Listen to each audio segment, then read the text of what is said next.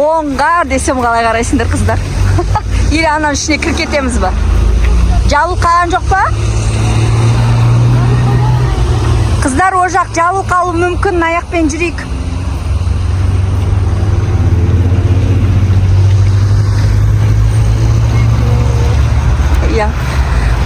Сәлем достар, бүгінгі біздің тақырыбымыз, яғни оқушыларды облыстық бейсен оқуына алып келдім. Соған жетекшілік етіп, 6 оқушыны алып келдім. Ақсу ауданы. Қыздар, привет деп қойыңдар бәрін қарап. Сонымен оқушыларды кешкі асын ішкізіп, енді жатақханаға келе жатырмын.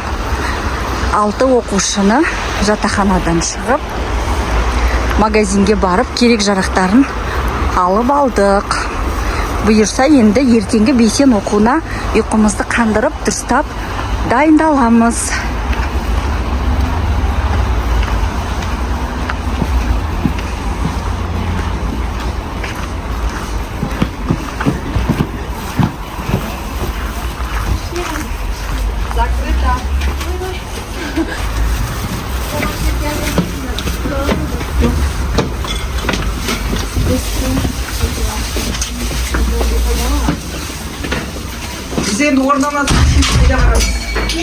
Оқушылар әрқайсы 3-3-тен бір бөлмеге бөлініп орналасты.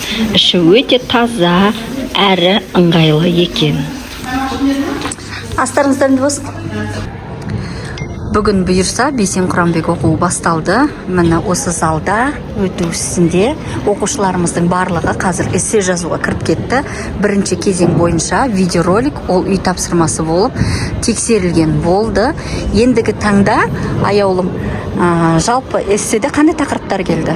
Бүгінгі эсседе бізде 3 тақырып келді. Біріншісі ол бұқаралық ақпараттық қоғамдық жүйелер туралы.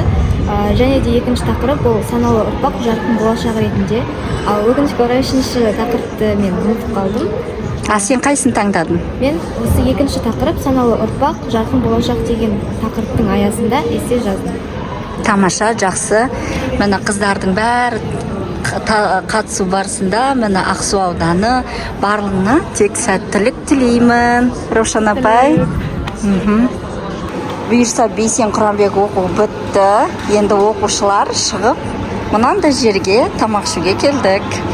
Жетекшілер және оқушылар. Ас болсын қыздар. Ас болсын қыздар. Бүгінгі байқау әрі демалыс, әрі үлкен бір шеберлікті көрсететін кезең болды, я? Одан кейін кинотеатрға кіреміз. Екеуі даланы біріктіреді ғой. Жалпы білесіңдер ме, көшпенділерде 52-дей ұлт бар. 52. Сонымен Бейсен оқуы Құдай қаласа аяқталады. Қыздар, қалай демалдыңдар? Күшті демалдыңдар ма? Осы жатақхананың қызметкерлеріне көп рахмет, солай ма? Енді бүгін жақсы жетістікке жетіп, көңіл күйлерің жақсы болуларына тілектеспін. Жатақхана қызметкерлеріне көп рахмет. Мира апай, сізге көп рахмет. Өте таза, өте тамаша жатақхана екен. Жақсы бізге услуга көрсеттіңіздер. Барлықтарыңыз жақсы жатыр. Нелер екен десейші. Міне қоза тен көрдің бе? Тоже қызыл ту ма? Қоза. Қамаққа тен келді. Бұнда Избайынан қызы ғой? Білем, неге білмеймін. Қызыл туды жақсы білем. Сізді танымасам да жалпы білем. Ой, мен үш қызыл тумын. Қайтасыңдар ма? Қайтамыз Құдай қаласа. Давайте. Жолдарыңыз болсын.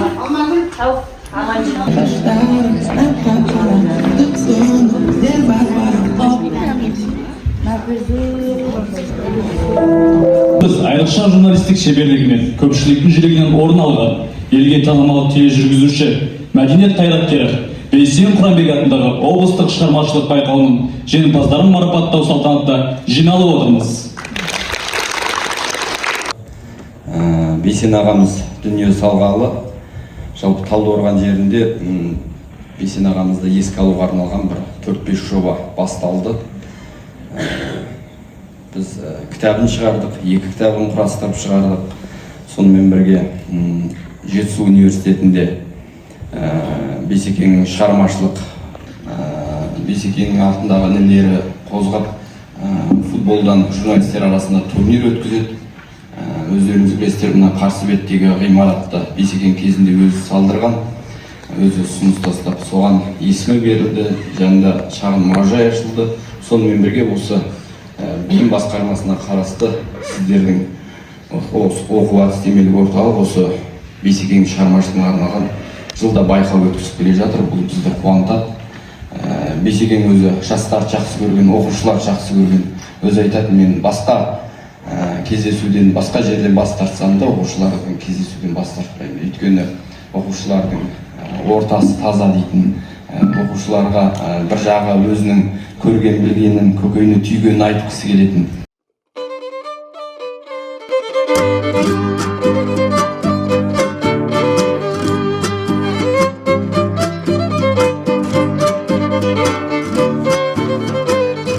Бұл байқау дәстүрлі байқауға айналды. Бұл жай ғана байқау емес, бұл біздің болашақ ұрпаққа үлгілі, өнегелі өмір қандай болу керек, адам тұлға ретінде қалай қалыптасу керек деген алғашқы қадамдардың бірі деп айтсақ болады. Жаңа айтып кеткенде, бұл жерге қатысып отырған 400 бала ғана емес, жүлделі орын алып отырған. Бұл жерде көптеген бала өзіне Бейсекеңнің өмірінен үлгі өнеге алып, өздерінің өмірлік жолдарында таңдау жасауға үйреніп отыр. Өздеріңіз білесіздер, Бейсекеңнің өмірін әбден зерттедіңіздер осы байқауға қатысарда. Бұл кісі Құдайдың берген өзіне сана сезімін дұрыс пайдалана алған адам. Өзінің өмірін өзін-өзі тәрбиелеген адам. Бейсекең болып қалыптаса қалған жоқ. Ол кісі сол жолға өзі ұмтылды саналы түрде.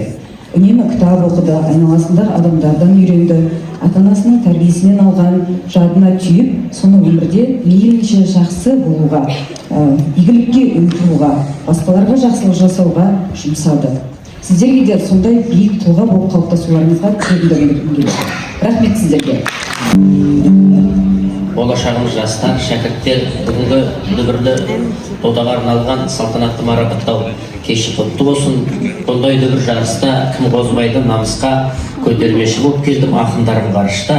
Жүйрік болар ма, шашты өске сермемей, қыран-қыран болар ма, тас қияға өрлемей, жорға болар ма, төрт аяғы тайып алмай, батыр болар ма, қалың жауды қайтармай, ақын болар ма, арқа қызып ән салмай демеймін. Жамбыл Жабаев атамыз жыр алып. Енді мен әдептен озбай, көп сөйлеп созбай, Бейсен ағамыздың сүйіп тыңдайтын әндерінің бірі Тұманбай Молдағалиевтің сөзіне Нұрғиса Тілендиев атамыздың әніне өрілген Сағыныш әнін орындап берейін, қабыл алыңыздар. Кеш құтты болсын ағаттарым.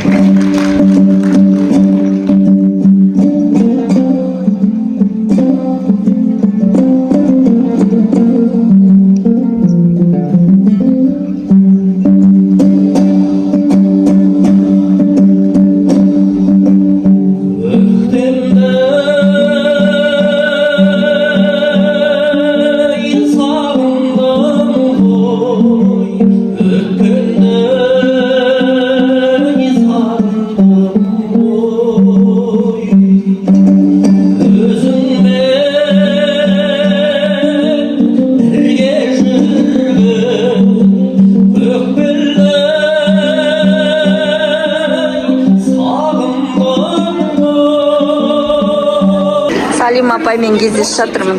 Бейсен оқу өтіп, үшінші орын алып, бәріміз құтты болсын. Иә, сізде мен де орын алыппыз ғой.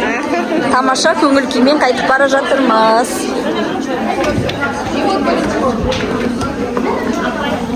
Айолым, үшінші орын құтты болсын. Саған барлық жақсылықты тілеймін.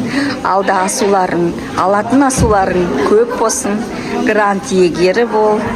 Болашақта үлкен азамат болуыңа тілектеспін. Бейсен Құранбек оқуында алған жүлдең құтты болсын ең бастысы. Сізге де рахмет, мен осы жарысқа дайындап, қол ұшыңызды созғаныңыз үшін, қолдау білдіргеніңіз үшін сізге алғысым шексіз. Біріншіден сізге, одан кейін ата-анама рахмет айтамын. Мен осы жарысқа жіберген үшін, қолдағаны үшін, барлық керек жарақтарымды алып беріп, кітап алып беріп, видео түсіргендеріңіз үшін рахмет. Рахмет. Сонымен бейсен оқуы бітті. Оқушылар сарайында марапатталып, 3-ші орынды иеленіп, бұйырса аман есен қайттық. Ақсу ауданынан 6 оқушы келді. 6 оқушы да соның ішінде 2-ші орын біреу, 3-ші орыннан 2, және номинациядан 2 алғысқа талып қайтып бара жатырмыз. Сау болыңыздар.